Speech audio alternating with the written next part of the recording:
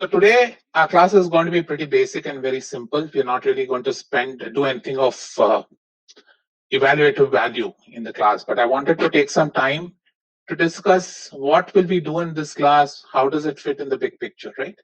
So first things, what are we doing in this class? So what is data?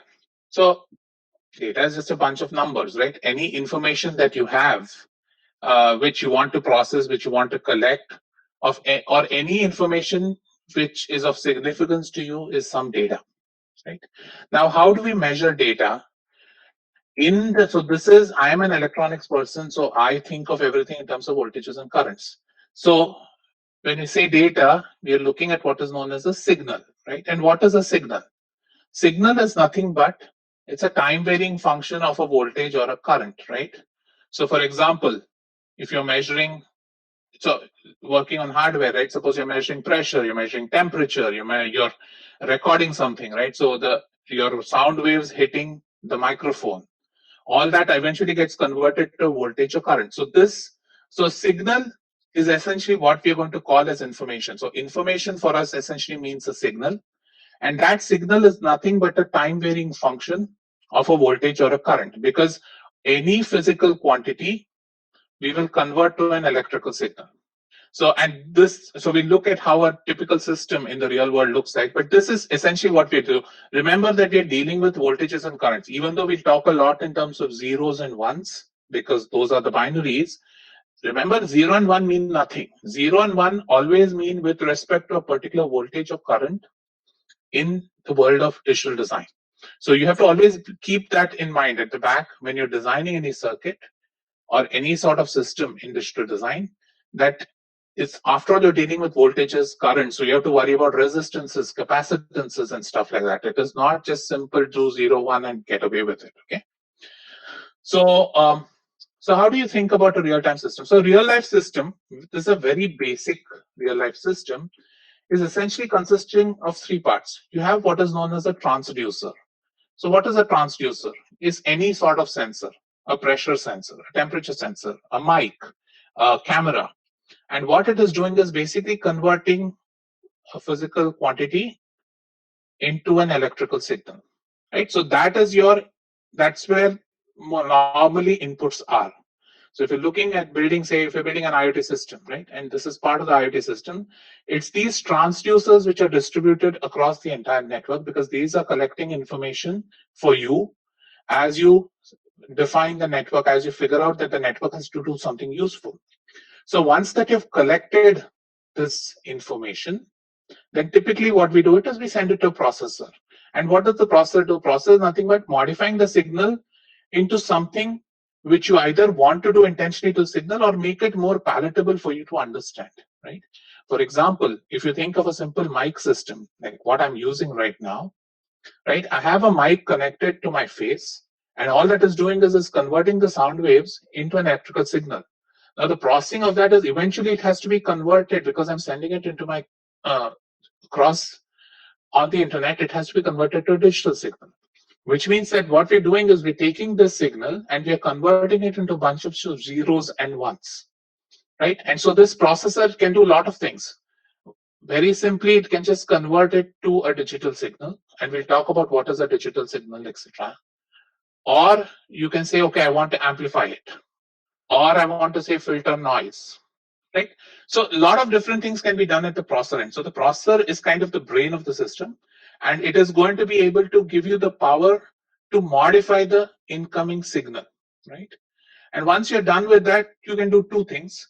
You can send it out to another output device. Now that output device, if you think about the output device, that might just convert the electrical signal back into a physical signal, right? Suppose you think about a loudspeaker system.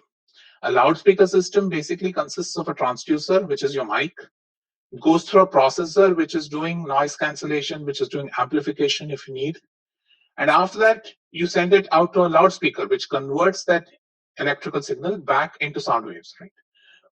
Or the other option you have is to store it in memory. If you think about a camera, you take a photograph, you can digitally manipulate it if you need to, and you get stored it in the memory. Why do you want to store it in memory? Because you want to use it later time. So this becomes important when you have to make decisions. So anytime decision making comes into the picture, you need to have a memory element in your design, because typically we talk, and as you go through this year, you realize when you do a signals and systems next semester, at least for the Triple Instru and ECE guys, we'll talk about causal systems, non-causal. So typically when you think about systems, when you have to implement in hardware, they're mostly causal systems. So which means that you have to make a decision based on something that happened either in the past or that is happening in the present.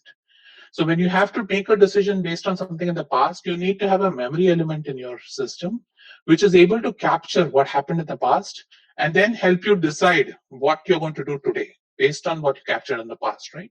So that's why normally memories are used. We'll discuss it quite a bit in the second half of the course when we start looking at sequential circuits. Just a sec. Next, we'll talk about signals, right? So what is a signal?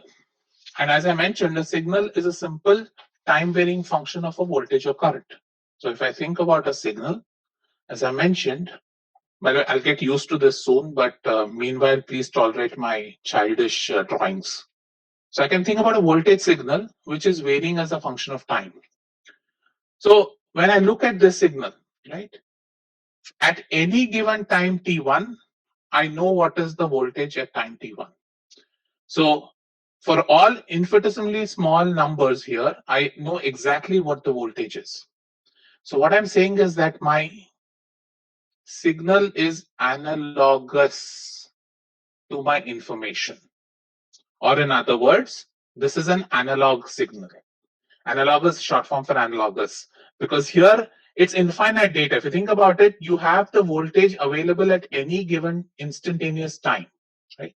So this is basically you have, it's a continuous function of time, right?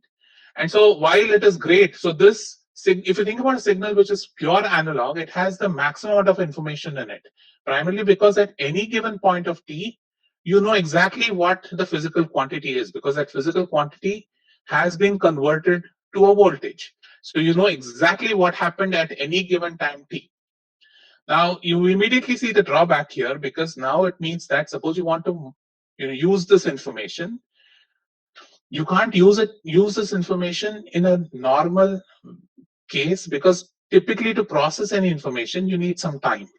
So if you're going to design a system to process this kind of information, you need to design that system which is very fast and instantaneous, because otherwise you'll keep losing the data that you have between, say, suppose you sample a data at time t1, say.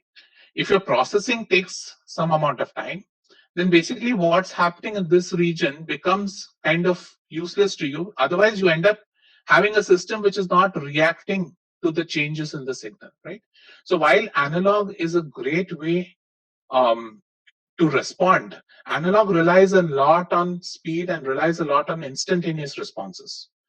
So what we normally do is, in the physical world, because you're restricted by data capacity and everything, instead of, so once we collect a signal, so our transducer is going to give us a signal, say, which looks like this. Let me draw a slightly more illustrative, right? Now what we do is, obviously I don't care about what's happening at all times. So instead I will sample the physical quantity at some fixed time intervals. So instead of having a data set which is infinite, which is the case of the analog signal, I'm now talking about a signal where I'm representing it only by 4 points, which is the V of T1, V of T2, T3, and T4. So this is known as a discrete time signal. So what I've done here is I've discretized the x-axis. So with that, now I've reduced the amount of data I'm working with, right? So in this kind of a signal, once it comes to the processor, I don't really know what happens to the signal between these 2 points, right? I don't have any information of what's happening in the world between T2 and T3. I know how the world looked at T1. I know how the world looked at T2. I don't know what happened between T1 and T2, right? So what this is giving you? This is giving you the power to sample. So you hear this word a lot as you go through your career, sampling. So what you're doing is you're sampling the transducer every fixed time, right? So now you're getting a sampled version of the world. You're not getting all the information all the time. You're just getting sampled version. Now, which means what's happening? You immediately see basically because I don't know what's happening between T1 and T2, I'm losing data here. So immediately I'm compromising for quality here because instead of having data at all points, I'm now going to get data only at select points. And my hope is I sample it fast enough so that so for example, suppose I had a signal which is doing this, right? Suppose this is how my signal looked like. If I sampled it at here and here, then basically I'm losing all this information that's happening here. So if I'm going to reconstruct my worldview by just looking at these points, it essentially tells me that it's a flat signal. I'm losing a lot of information because I'm not sampling it fast enough. So the advantage of sampling is it reduces the amount of data you need to work with, also reduces the accuracy of the system. Now, one thing which I want to point out to you in a DTS or a discrete time system is that time is quantized. This value is not quantized. So the voltage can still take any value, right? So if I want to store the voltage values, I still need to be able to accommodate any value. So if I'm talking about a precision of 5 decimals, I might need to find something which stores something like this, right?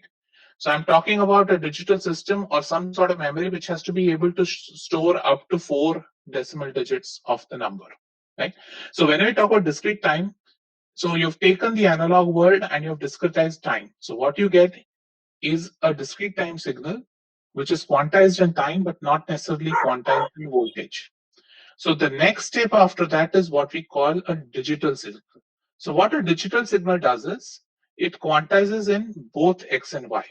So what you have is essentially, so instead of saying T1, T2 here, I will now say that the voltage can also take values only V1, V2, V3. That is, if the voltage is anywhere between 0 and V1, I will call it 0. If it's between V1 and V2, I will call it V1. If it's between V2 and V3, I can call it V2 and so on, right? And how you define that depends on what kind of system you're doing. So how you decide to code that. So that is called as coding, right? So which means that suppose now you had an analog signal which looks like that. What your eventual digital signal is going to look like is going to be this.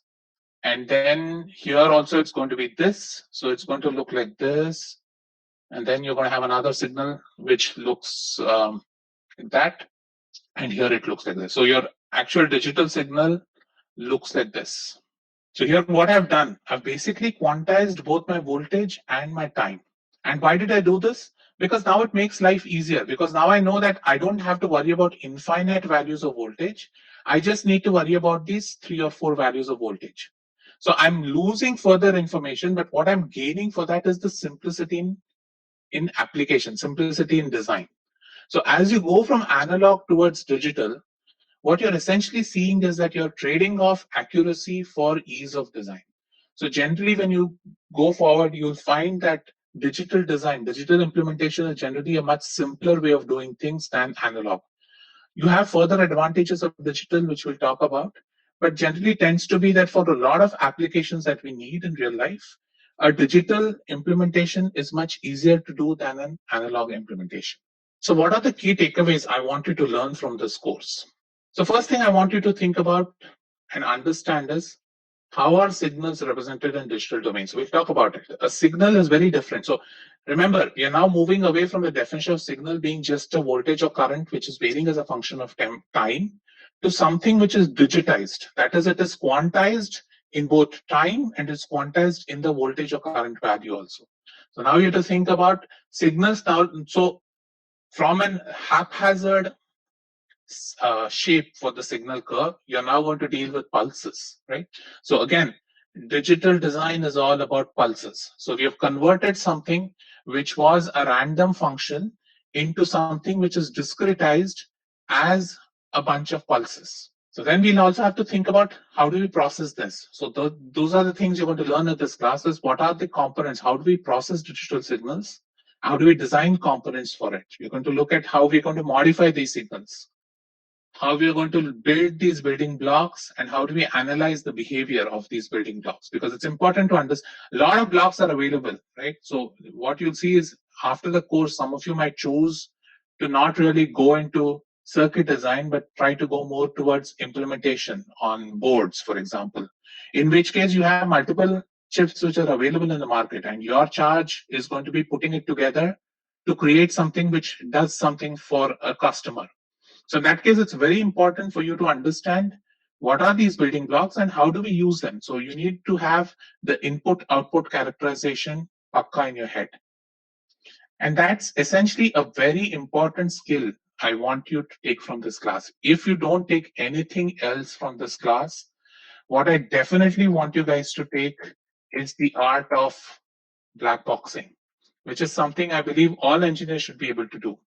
That is, you should be able to define a system as long as you know what the inputs are and what the outputs need to be. So the ability to create an input-output relationship is very important, because that is your first step towards designing a system. You first need to understand how are the outputs dependent on the inputs.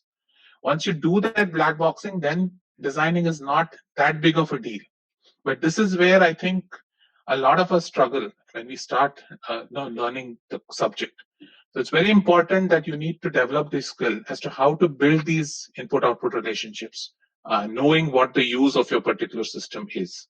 And finally, once you get this skill down, then it becomes very easy to suppose I give you an application, and this is where I think the design assignment will probably help you, is where suppose I give you an end user application, you should be able to break it down and design a system for the same, right? So that's kind of what I'm ultimately developing all you guys to get there. You need to get to this place where somebody should come and ask you, I need the system for such and such function. You should be able to design a system for that person using low cost, cheap components.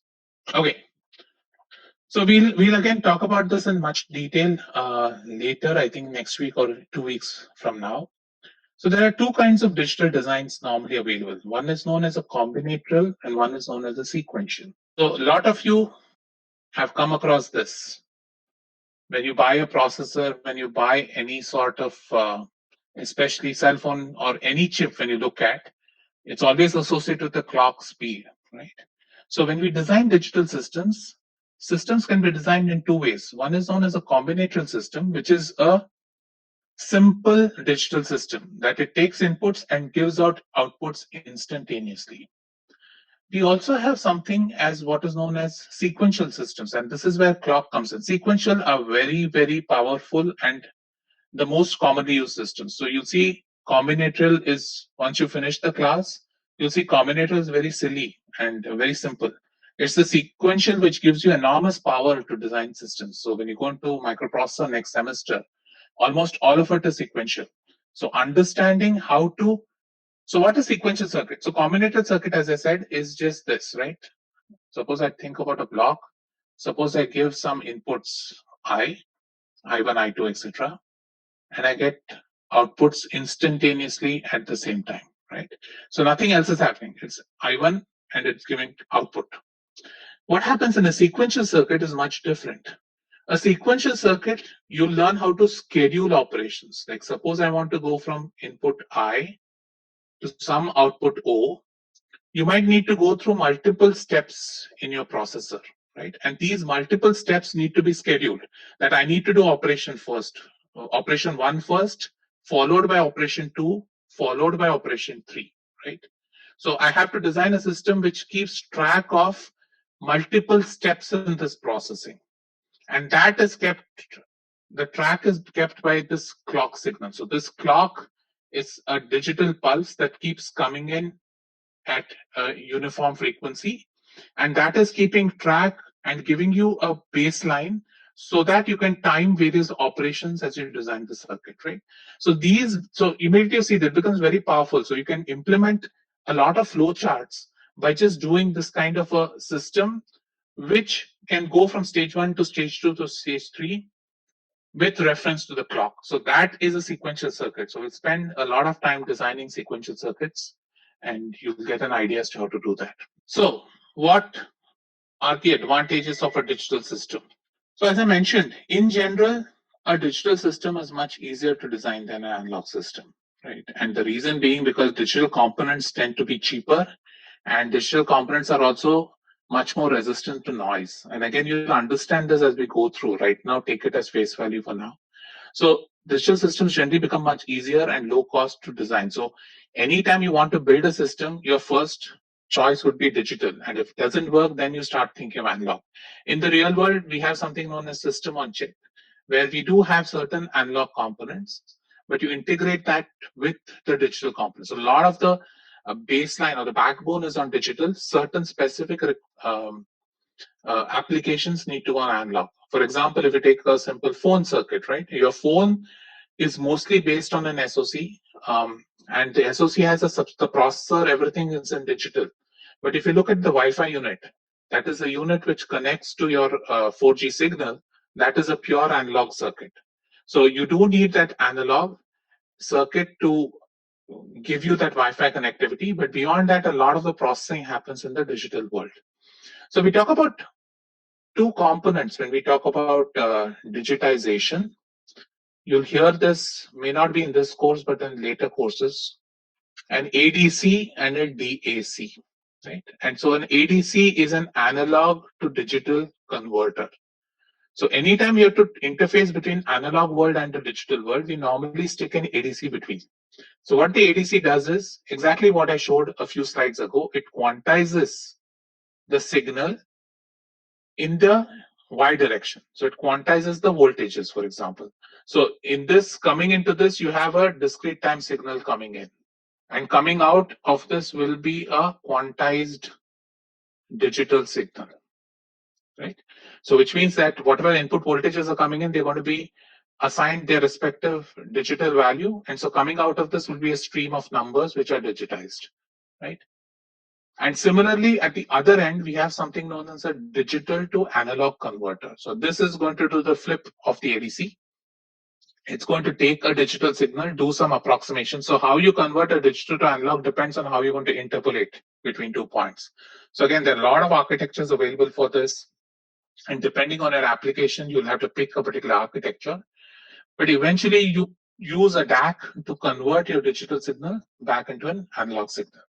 So one big advantage that digital systems offer is it's very design friendly. So if you look at if you guys are planning to get into design, architectural design or digital system design, like at the microelectronics level, you'll see that a lot of building blocks are available in libraries. So the design system in the digital world is very user friendly. And so it's very easy to design complex systems because a lot of them are repetition of certain small blocks, right? So what happens is that you'll have these different, so we'll talk about them in a few slides down, that you'll have gates, you'll design these small blocks and you can connect all these blocks together and create a big system. So creating a big digital system is not a problem. What you'll require is this, and which I think we'll dive into in digital design and later in microprocessors next semester, is the control circuitry. When you're especially when you design sequential circuits, which I told you, right, you have to do one operation followed by a second operation followed by a third operation. So you need to have the brain of the system needs to enable certain component at some time. After the output has come out of that, it needs to disable that component, enable something else.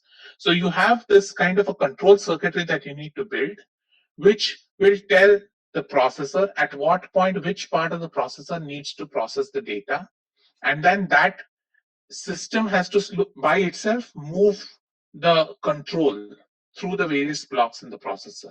And so that is the key challenge when you're designing any sort of system, especially if you're going to design a microprocessor or a computer. Then that's where it comes in, that designing the control circuitry becomes one of the key challenges of digital design. And so we talk a lot about, when you're in the digital world, we talk a lot about hierarchy. So we always, as I mentioned, start with the smaller block and build larger blocks of it. So there is always, so you'll see, you'll hear people saying, go up in hierarchy, go down in hierarchy. So it depends. So you can go up in hierarchy all the way to software, and you can go down in hierarchy all the way to a transistor, right?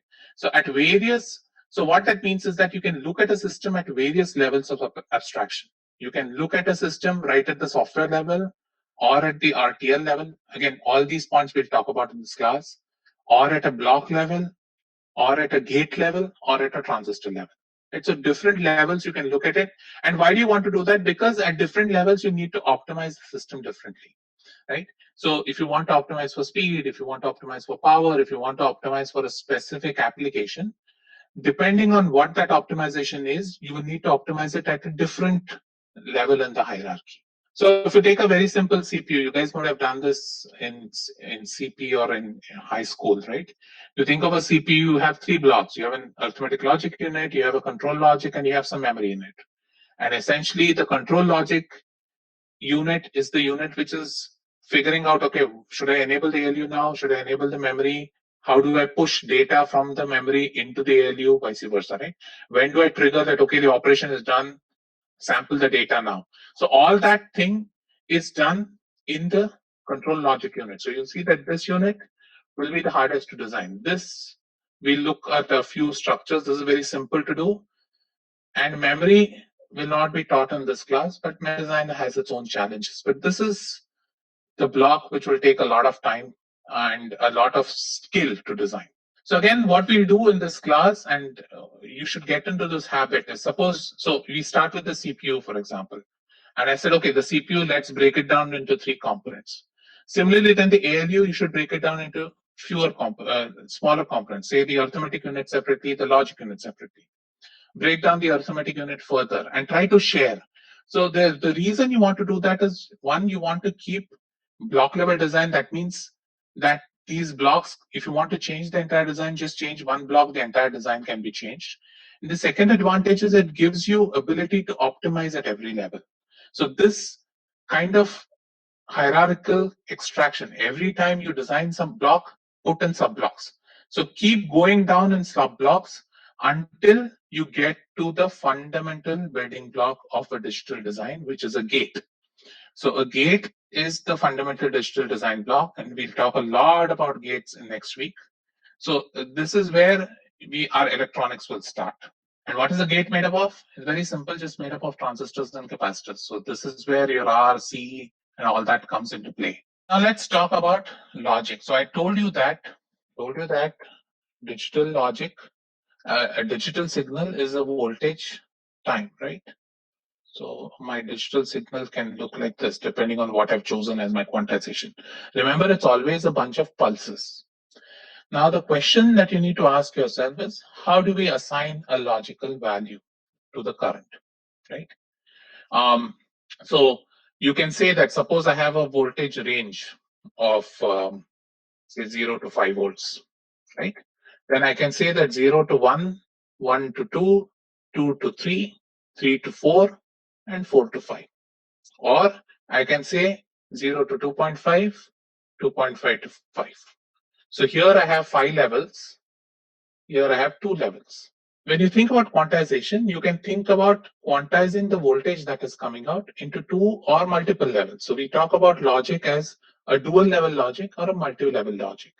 Now the dual level logic is very simple, because this now you can call, okay, if the voltage is between 0 and 2.5, I'm going to call it a digital 0. And if it is between 2.5 and 5, I'm going to call it a 1. So this is your basic logic levels, right? Or you can think, okay, I don't want to deal with dual level logic, I want to talk about multi-level logic. So today, if you look at most transistors, we deal with dual level logic. And the way we implement multiple level logic is we will use the digital equivalent of numbers. So I'll call this as 000, 001, 010, 011, and finally 100, right? So I'll use 3 bits to define these logic levels. But if you can find a digital system which has 5 levels, then you can very well design a digital system with a device which can operate at 5 different levels, and you can sample them separately. So what we'll see is, so we will restrict ourselves purely to this, which is dual level logic. That is, a low voltage is a 0, a high voltage is a 1. So henceforth in this class, when I talk about logic, it always means this. Now, whether it's 2.5 or 5, all that depends on the kind of chips you're going to use. But in generally, what we'll see is, you can ask me, why are you choosing this to be 0? You can choose this to be 1 also, choose this to be 0 also. There is no hard and fast rule that the lower voltage has to be 0 and the higher voltage has to be 1. I can pick it the other way also. But generally, the convention is to do this. right? And this is a convention. This does not limit your design. If your design works faster, or if your design has some optimization which tells you that this is a better way to implement, go ahead and use that, right? But you need to have a clear reason if you're going to break convention as to why do you want to break convention. So now the question you might ask is, why binary? So a quick note on when did this happen. So most of you know the Babbage engine, which was designed way back in the 17th century, that was based on mechanical components. So it didn't have any transistors, didn't have any digital components. It was basically relays, right? And that just shows an image of the Babbage machine. And that time we didn't really, logic was a field of study in philosophy, right? And people, if you pick up any old textbook of logic, it generally goes into a lot of philosophy. George Boole, around that same time, formalized logic into mathematics. So it formalized this into what is known as Boolean algebra, the way of looking at logic purely in a mathematical sense, thinking about set theory, thinking about what is closed, what is open, what are the identities, and stuff like that. So again, we look at all that in subsequent lectures. So George Boole was the one who formalized how to think about logic in a mathematical fashion. And it's surprising that the first electronic switch was built much later in 1900s, and the first transistor was later in 1960s, but the first electronic switch came about in 1906. And the concept of digital electronics came much, much later. It came out as late as 1930s, late 1930s, early 40s, when an engineer in MIT actually noticed that he was working in telephonic switches, and those switches used the vacuum diodes. And what he saw was that these vacuum diodes had an on and an off state. So you can think about these vacuum diodes as a way to implement Boolean algebra, right? So it was a very seminal thesis, and that kind of basically opened the gates, the pun not intended, but opened the floodgates into thinking about systems in the digital world. So a large part of digital electronics took off in the 1940s once people figured out that a switch, an electronic switch, can be thought of in terms to implement Boolean algebra. So just a quick primer on how typically digital systems are built, right? So the first thing you normally start with is you have a problem statement in front of you. Rather, you might just have product specs. Somebody might tell you, okay, design a particular product, and these are the specifications I need. So from that specifications, you have to identify what the problem statement is. So what do you need to design? Once you do the design, what you do is you select an algorithm to implement the design, right? Do flowcharts, whatever you have it. And we come to the next level, so-called, of design, which is known as a behavioral description. So here we are still not going into the hardware. We are designing these black boxes where I'm just establishing the input-output relationships. So these are going to be, I don't know how to build the black box yet, but I just want to break this design down into smaller blocks where I want to define what the input-output relationships of the block is going to be. And so this is typically known as a behavioral description. And the tools normally we use for this is what is known as RTL, which is a resistor transistor language, algorithm, and state diagrams. So these are kind of, we'll go through all this in this class. So that's the behavioral description of a system. Once you're done with that, you take it one step down and convert them into ones and zeros, right? So with that, you convert, okay, now let me figure out what are the different states. How do I break the different logical steps in my design into actual numbers? So you assign states to the system.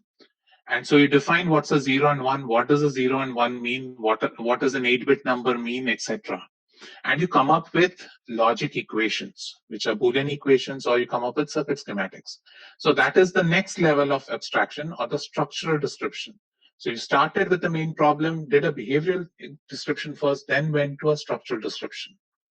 And once you're done that, once you have all the circuit schematics with you, then it becomes just a matter of putting it all together, right? And so if you were on campus, what you would have done now at this step is that you would have, once you've designed this here, you would have now gone into the lab picked out all the chips you needed, the wires you needed, and then implemented it on a breadboard. Or if you have a really good product, put it on a PCB. And there you'll use all the logic gates, you'll use different kind of modules, which we'll talk about, FPGA if needed, right? So the normal design process looks something like this. You start very high at the abstraction level of the product spec, and you ultimately bring it down to things which are available in the lab. So again, what we do is in this class, you learn something known as Verilog. So it's a software language, and that is basically used for behavioral description as well as structural description. So in the labs, we'll teach you how to write Verilog code, how to test Verilog code. And that is a very powerful tool which is used today in the industry for this entire part of the flow, of the design flow. Okay. And finally, one thing that you keep in mind, when you're designing anything, when you have a product, beyond everything, however good your design is, ultimately, the real world metrics are three. There's a cost. If you're too expensive, nobody's going to buy your stuff. You have to ensure that speed becomes important for certain applications. If you're looking at computing, high-speed computing applications, speed is a critical parameter. And then you can trade off one for the other. Third one is power or energy, right? How much energy do you spend executing a particular instruction? That becomes a requirement. Suppose you want to put a lot of high performance process on your cell phone, for example. So generally cost, speed, and energy can be traded. And the big unknown in this, which in university we never realize, is that there is a cost for a design time. So this is where digital gives you that huge advantage, because once you have a definition for the product, implementing it in digital design is a quick ramp. So that time to market is much smaller when you're doing it in the digital world than if you have to do it from scratch in analog. So that's where the real power of digital design comes in, is that it really helps you with the time to market. So that is why you'll see that most people prefer digital components, digital design, just because it makes whatever you have in your brain can be implemented much quicker when you're doing it in the digital world than in the analog world. The other problem with the analog world is very finicky. So for the A3, A7, A8, and AA students, when we do analog next semester, you realize that analog is very dependent on temperature, it's dependent, noise becomes a huge factor there. A transistor, if it slightly changes its performance, the analog system might collapse. So design in analog is one, more time intensive, more people intensive. So that becomes a drawback. Well, the advantage I think career-wise is analog design engineers get paid in way more than digital design engineers, because that skill is also lacking in a lot of people in the world. So it's a very specialized skill for analog, but at the same time, very few people want it. So that's the trade-off normally. Okay.